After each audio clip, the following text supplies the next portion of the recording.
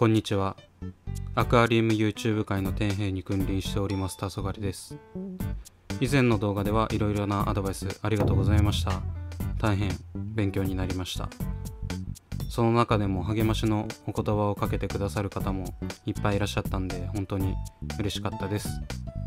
でその方たちの応援もあったんで、レッドビーシュリンプの飼育は頑張って続けようと思ってます。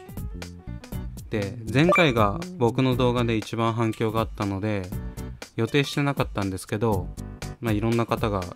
興味を持ってくださってるんで、とりあえず現在のレッドビーシュリンプの水槽状況を報告させてもらおうと思ってます。以前の動画のアップ後から水替えを中断して、給餌もアルティメットバクターの添加もしてませんでした。でその間に2匹亡くなっちゃったんですけど、だいぶポツポツ死のスピードは遅くなったと感じてます。で水槽が汚いってことだったんで、あまりいじるのも良くないかなと思って、水槽の全面だけ掃除してたガラス面も全部きれいにしました。で外掛けフィルターに関しては、中の露材は前回の動画撮影前に露材を新しいスポンジフィルターに変更してるので特に手はつけてないんですけど、排水板の掃除は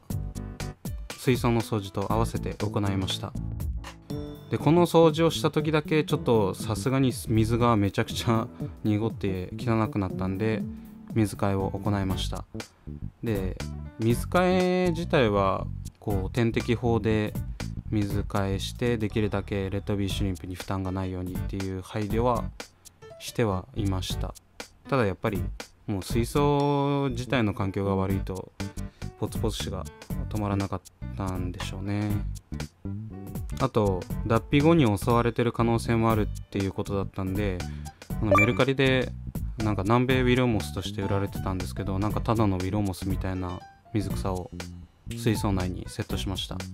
でこれが結構良くて、このウィロモスの中に生まれたてのチエビを3匹見つけました。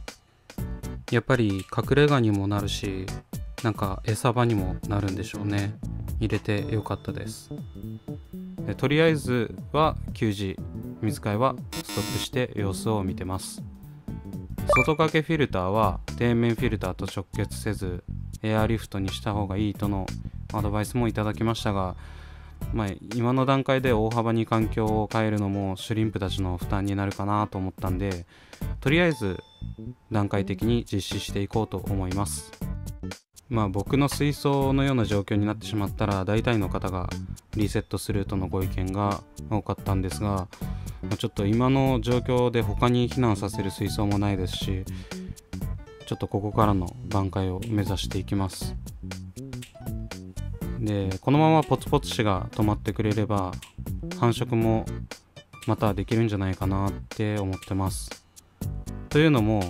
ポツポツ死が始まってから現在まで確実にチエビは生まれてきてますし、こんな感じでチエビから育った小さなエビもいるので、水槽環境が改善されてチエビが健康に育つ水槽になればまだ巻き返せるかなと思ってます。で現在10匹のレッドビーシュリンプがいるんですけど、そのうち抱卵個体が2匹ほどいるので、これからの環境改善が急務になってきますね。で諸先輩方のアドバイスでも意見が分かれているところがあって、僕なりにいくつか疑問に思う点がありました。で1つ目が餌は完全に切った方がいいのかっていうところです。以前から食べ残しは掃除していたんで、余っても食べてくれる個体がいればあげた方がいいかなと思ってたんですけど、確かに給餌しなくなってからポツポツ死のスピードは遅くなってます。でこのまま給餌しなくていいんならしないでもいいかなと思ってるんですけど、それだとちょっとチエビが育つかが心配なんですよね。3日に1回とか2日に1回とか1週間に1回とか、どれぐらいの量がこの10匹のレッドビーシュリンプ水槽には適切なのかっていうのを指標みたいなものがあれば教えてもらえると嬉しいです。で2つ目がアルティメットバクターの添加です。ポツポツ死が始まる前はアルティメットバクターの添加をしてケンミジンコとか微生物がうじゃうじゃいたんですけど、今ほとんど見かけないんですよね。一回ポツポツ死が始まってこう連続的に多分水替えをしてからかなと思うんですけど、本当に今見かけないんですよね。なんで植物性バクテリアとかがこう増えるって書いてあるアルティメットバクターはもう添加した方がいいのかなとか個人的に思ってるんですけど、どうなんですかね。